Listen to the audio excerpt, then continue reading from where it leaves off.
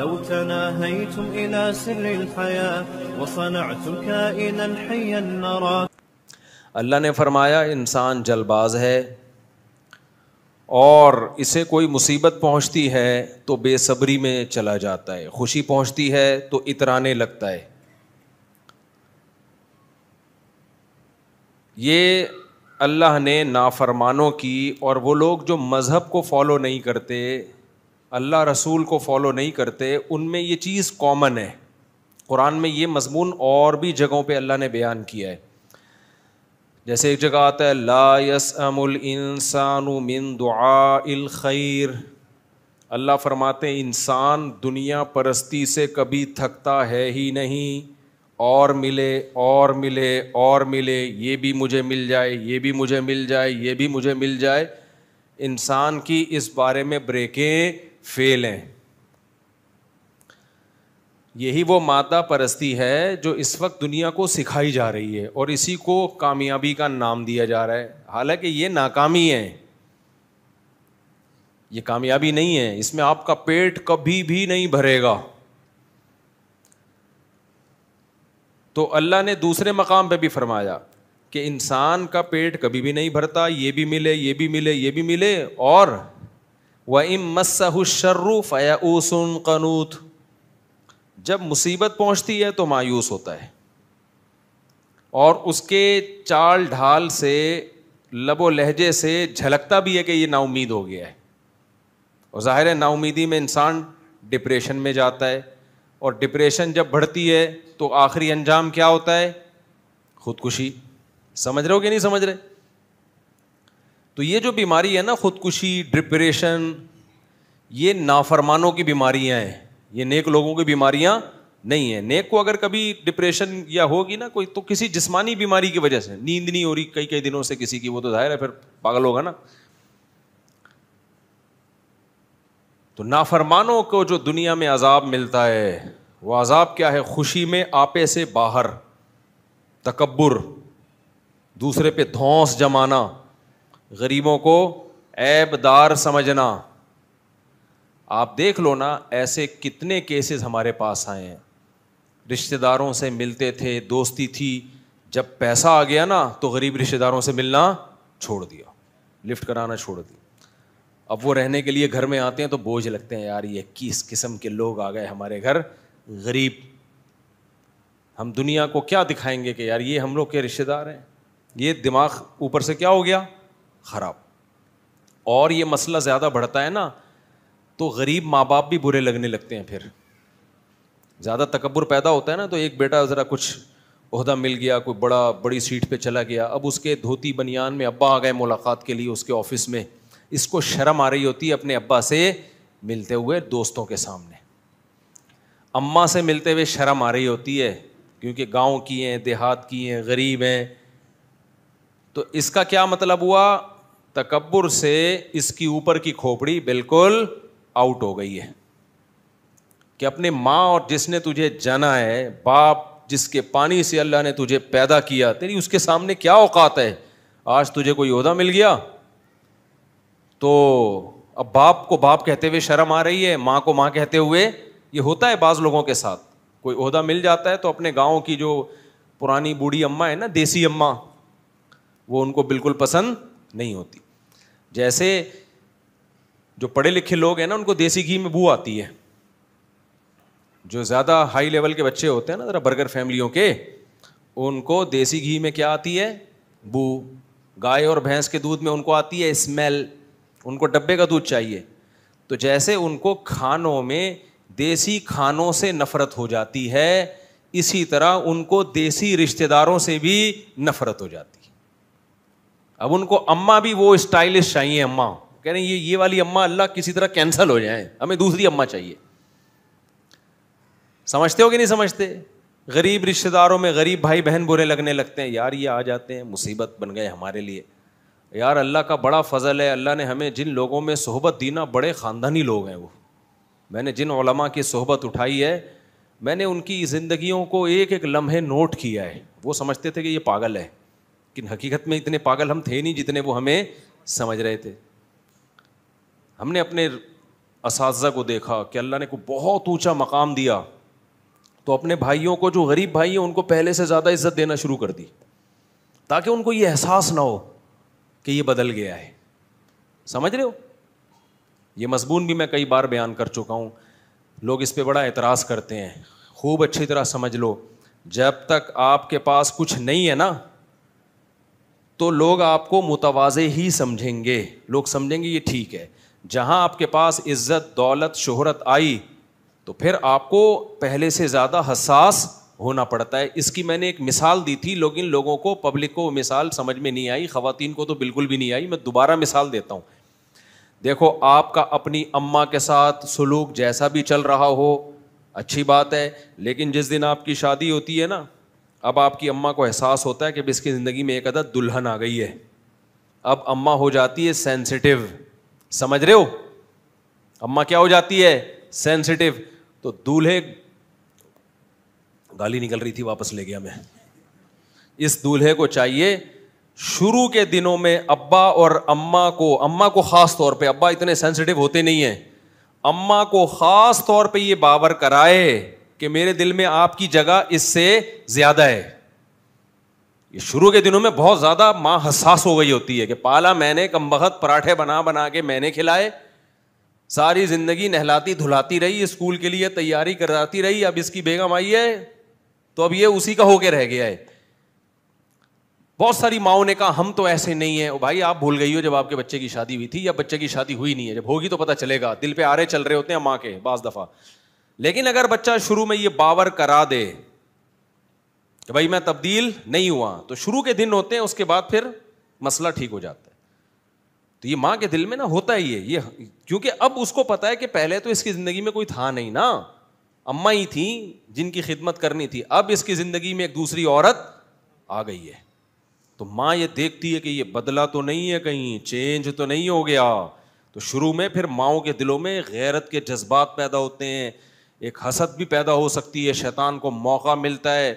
تو ایسے میں بچے کو پر یہ لازم ہوتا ہے کہ بھائی اپنی بیگم کو بھی بتا دے کہ دیکھو میں شروع میں اپنی اماں کو تھوڑا زیادہ فیور کروں گا. میں جذبات ہے نا, بالکل ایسا ہی ہے کہ میں دوسری مثال نہیں دوں گا, پھر وہ غلط رخ پہ لوگ لے جائیں گے اس کو. تو یہ بات میں نے سمجھائی تھی کہ تاکہ اس سے تمہارے گھر سیٹ ہو جائیں. اس پہ اتنے لوگوں نے کلپ بنا کے نیچے گالیاں دی, کیوں ماں تو خوش ہوتی ہے, یہ تو اپنی بیوی کے پاس جا رہا ہے, بیوی کو لے کے گھومنے پھرنے لے, مائیں تو خوش ہوتی ہیں.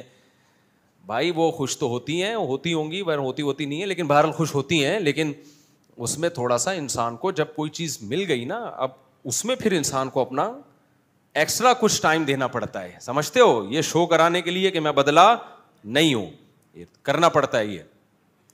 تو یہاں بھی ایسا ہی ہے, جب کسی رشتے دار کے پاس پیسہ آ گیا تو اب دوسرے رشتے دار یہ چیک کرتے ہیں بدلا تو نہیں ہے, تو آپ کو الگ سے ان کو پروٹوکول دینا پڑتا ہے کہ میں بدلا بالکل بھی نہیں ہوں. آپ کے پاس دولت آ گئی, ابا وہی غریب کے غریب, اماں وہی غریب کی غریب. اب باپ سینسٹیو ہو جاتا ہے کہ پیسہ آنے کے بعد بیٹا بدلا تو نہیں ہے. جب تک پان گٹکے کے پیسے نہیں تھے مانگتا رہتا تھا, محتاج رہتا تھا میرا. اب یہ اس کی جاب لگ گئی ہے, اس کی پیسوں کی ریل پیل ہو گئی ہے, تو اب ابا سینسٹیو ہو جاتا ہے. سمجھ رہے ہو؟ تو ایسے موقع پہ بچوں کو نہیں پتا ہوتا, بچے وہی رویہ لے کے چل رہے ہوتے ہیں, پھر کہتے ہیں ابا پتہ نہیں بدل کیوں گئے ہیں. بھائی ابا نہیں بدلے, ابا کو اب شیطان بھی ورغلا سکتا ہے, ان کے دل میں بھی وسوسے آ سکتے ہیں. بھائی پہلے تو کچھ بھی نہیں تھا, اب تو اس کے 2 پھول لگ گئے, اب تو یہ بڑی کرسی پہ جا کے بیٹھنے لگا ہے, اب تو اس کے پاس پیسہ بہت آ گیا.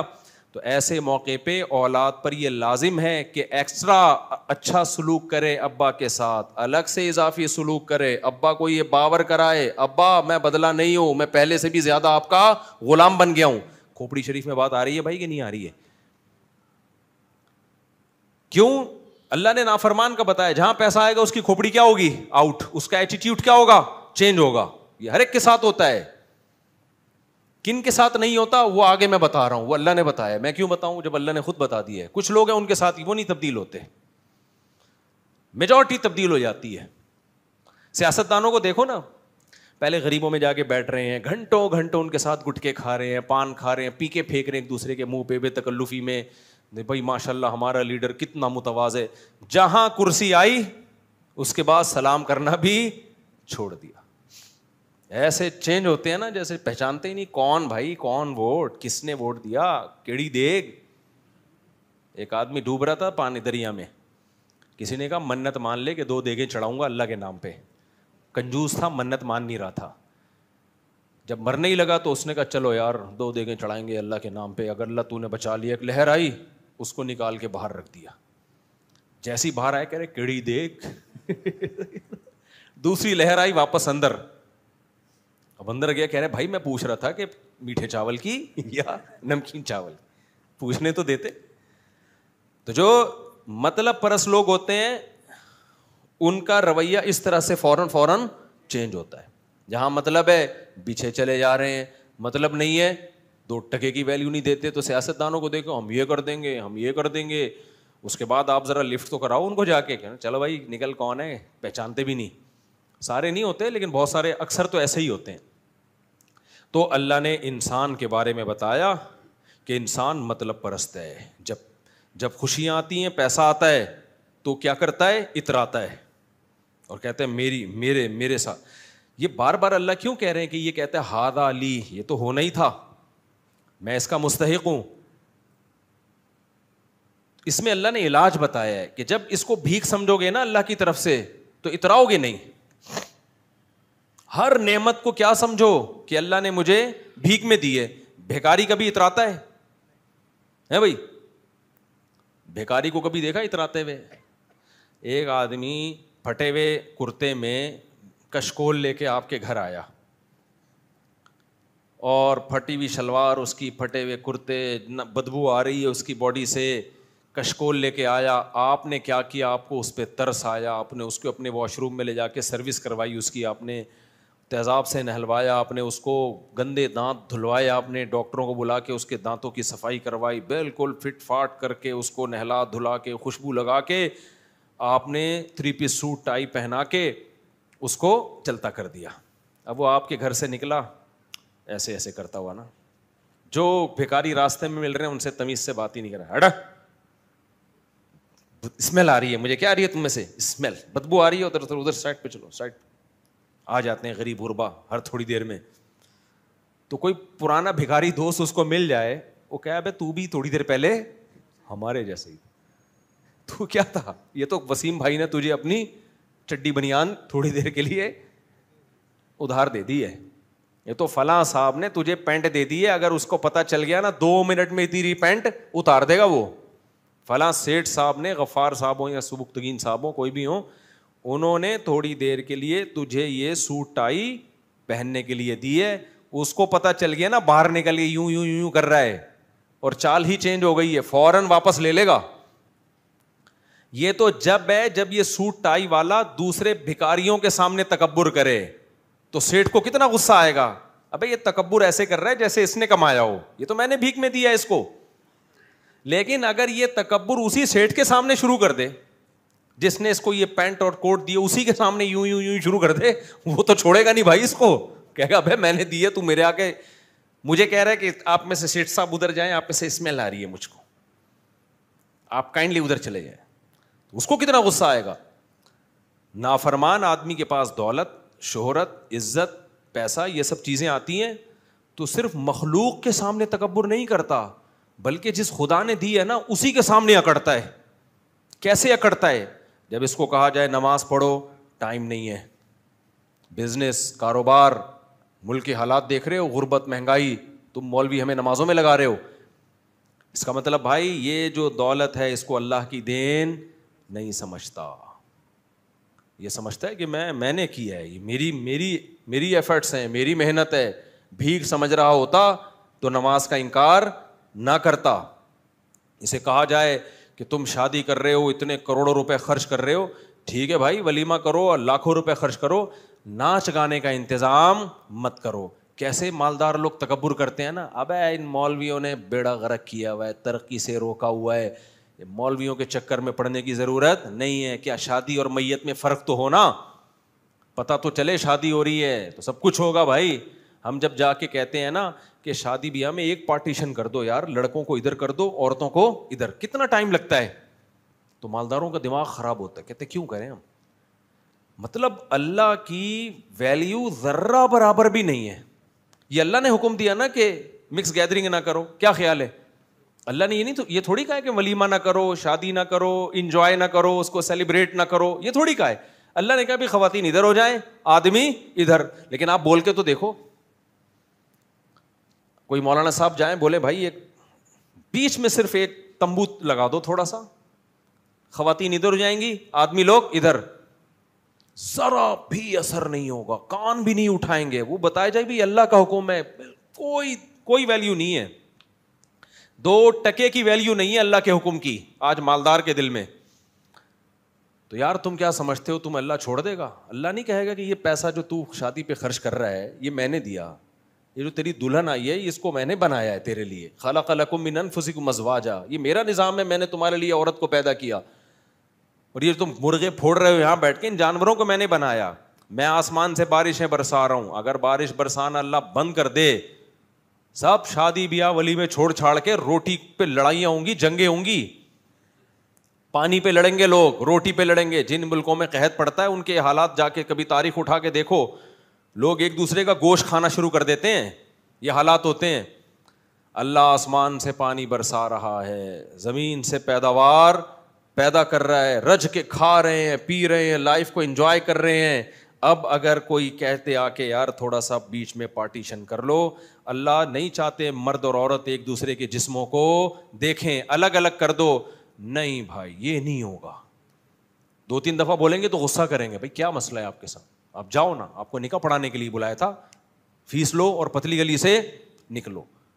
ٹھیک ہے بھائی, وہ بیچارہ جو بھی مولوی آپ کو تبلیغ کر کے گیا نکل جائے گا, وہ عذاب تھوڑی لے کر آئے گا. لیکن اللہ اپنی ڈائری میں کیا کر رہا ہے, بولو, نوٹ کر رہا ہے.